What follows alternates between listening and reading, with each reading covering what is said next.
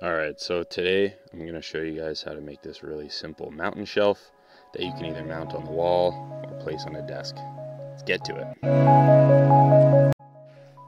Alright, so these are the rough drawings that I have for my dimensions. It ends up being 40 inches wide by 20 inches tall. So if you'd like, you can mark these down and use my exact dimensions or use them on your own. Most important thing to note is on each of these triangles, the right side, because it's the shorter piece, just whatever the left side is, knock off 3/4 of an inch. I am using 1x4 by 8 pieces, so each one of these boards is 3/4 of an inch thick. Obviously, if you're using thicker wood, you'll have to amend this measurement. And the other thing to note is that these boards in the middle here the cuts are parallel, whereas these ones are opposite and they both face in. So just make sure when you're cutting these middle peaks here that you're making the right angled cuts on the miter saw. So let's head over to the miter saw and start making our first cut.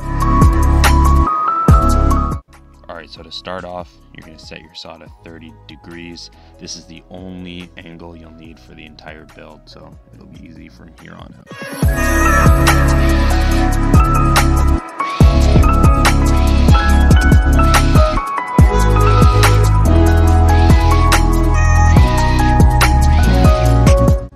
Alright, so for here, I didn't include these measurements because I like to just measure them in place. Makes it easier.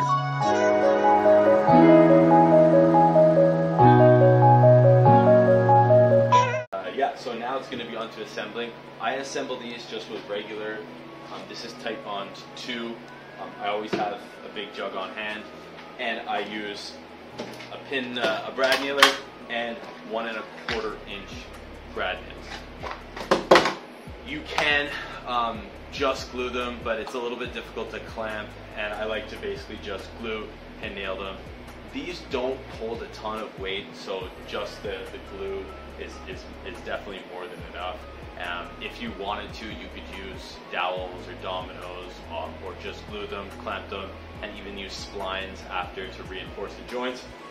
I don't think it's necessary, but I mean, if you really wanted to, you could always just even use screws, pre-drill and then fill them in after, but obviously that's a little bit of extra work. So we're gonna go the easiest route, the handy dandy brad nailer, some glue, and we'll get it all put together.